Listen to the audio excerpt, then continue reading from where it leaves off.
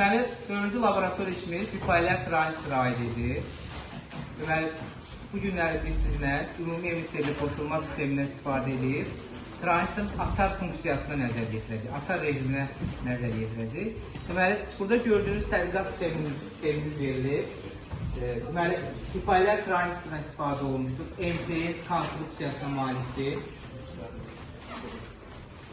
Transistorumuzun kollektoruna bir dənə işıq diodu yerləşdirilir. İşıq diodumuzu cəryanı limitləşdirmək üçün ona arızıl, aşağı müqavimətli bir rezistor yerləşdirmişik. Transistorumuzun bazasına 100 kilo ohmluq bir müqavimət yerləşdirmişik. Bu qiymətlərə bir də şərtidir. Əsas məsələ transistor baza dövrəsində cəryan axmasını təmin etməkdir. Emitter keçidini isə birbaşa 0 nöqtəsinə qramda birləşdirmişik. Verilmiş biz sizlə qeyd etdik ki, ümumi emitterlə qoşulma sxeminin əsas üstün cəhətlərdən biri odur ki, digər qoşulma sxemləri nəzərən bu bir qida mənbəsindən işləyə bilər. Yəni biz bir dənə qida mənbəsinə həm kollektor emitter keçidinə gərginlik verə bilərik, həm də baza emitter keçidinə gərginlik verə bilərik. İndi biz nə edirik? Transistorun bazasını gətirib qoşuruq kollektorla. Bax, fikir verirsiniz, bir nöqtələri hamısı bir düyün nöqtəsindən əlaqəlidir. Və bir nöqtəsinə biz qida mənbəyimizin müsbət qütbünü qoşuruq. Artıq nədir? Transistorun bazasına, qida mənbəsinə gərginlik verdiyimiz təqdirdə, bax bu dövrə vasitəsilə transistordan İB cəryan axacaq. Biz bilirik, transistor açılma şərtlərindən biri odur ki, transistor bazasından baza cəryan axsın. Baza cəryan axdığına görə kollektor emitter keçidimiz açılacaq və bu düyün nöqtəsindən çıxılmış cəryanlar qalına görə cəryan buradan bölündükdən sonra bax buradan da bu konturdan da gələcək cəryan açmış olacaq və nəticədə lampa işıqlanacaq. Biz burada nə görürük? Görürük ki, ümumi emitterli qoşulma sxeminə istifadə edərək biz lampanı elektron üsulla, yəni potensial verərək, potensial verməyərək işə qoşa bilərik. Bu məntiqi əməliyyatını yerinə yetirə bilərik. Yəni transistor bazasına gərginlik verdikdə İB cəryan axacaq, cəryan təsiri ilə kollektor emitter keçəcək və lampa işıqlanacaq.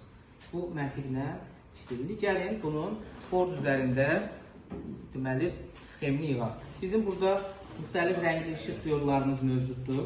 Deməli, bir də nə edirik? Aşağı müqavimətli bir rezistor götürmüşük. Burada baxdığımız müqavimət 220 ohmdur. 220 ohm bizə kifayət edir ki, kollektor keçidinə axan cəryanı biz işıq diodu üçün limitləşdirək.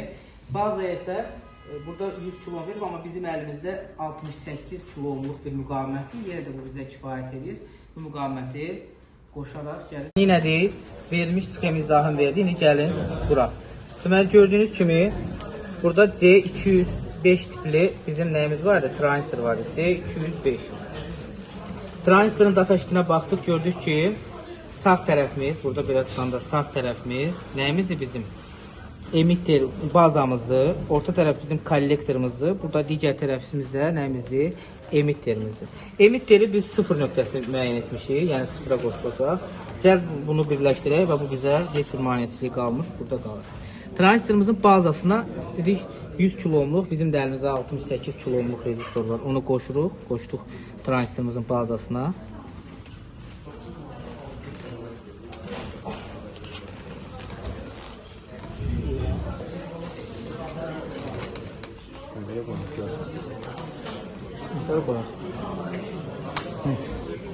Bazamıza birləşdirdik.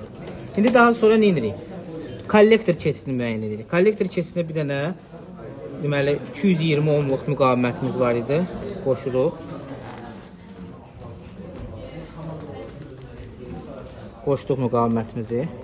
Kontaktların yaxşı olduğuna əmin olaq. LED-imizin müsbət qütbünü gətiririk rezistorun ayağına. Mənfi qütbünü isə kollektora qoşuruq.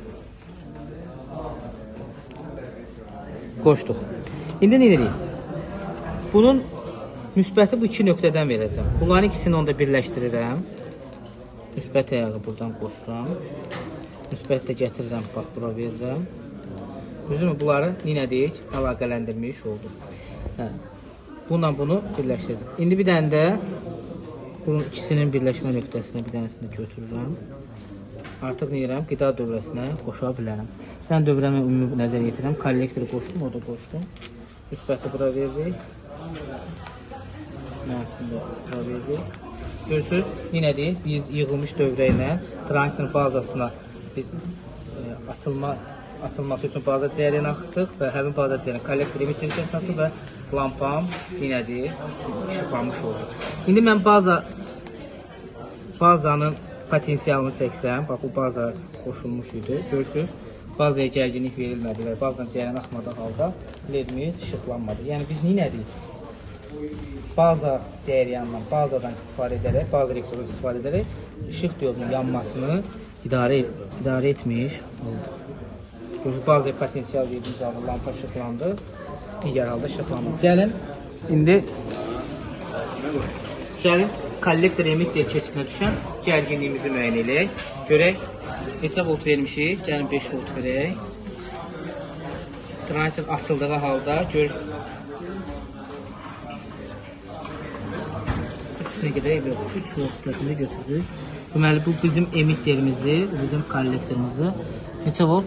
1.6, 1.4 volt, 1.5 voltumuz bizim kollektor emitter keçidində açılma gərginliyimizi görürsünüz. Təxmini olaraq biz orada görmüş olduq. Bazaya deməli bu nəyimiz idi bizim? Bazamız idi. Bu da emitterimiz idi. Kollektor. Baza kollektora baxaq. 1.0.6 voltda təxminən, yəni onun diodun açılma gərginliyi qədər para düşüb, baza emitter keçidinə düşmüş oldu.